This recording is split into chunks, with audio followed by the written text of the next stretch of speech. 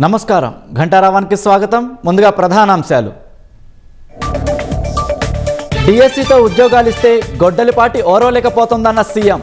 దుష్ప్రచారాలు చేసేవారు క్షమాపణ చెప్పాలని స్పష్టీకరణ.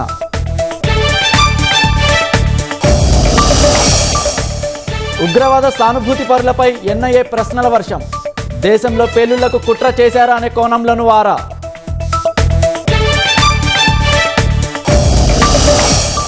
హైదరాబాద్లో 120 టన్నుల చికెన్ వ్యర్థాలు సీజ్. ఏపీలోని చేపల చెరువులకు తరలిస్తున్నట్లు గుర్తింపు.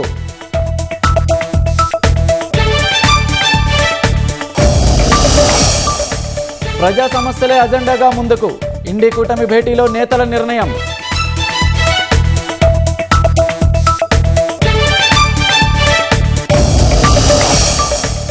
ఫిలిప్పీన్స్లో భూకంపంలో భారీగా ఆస్తి నష్టం.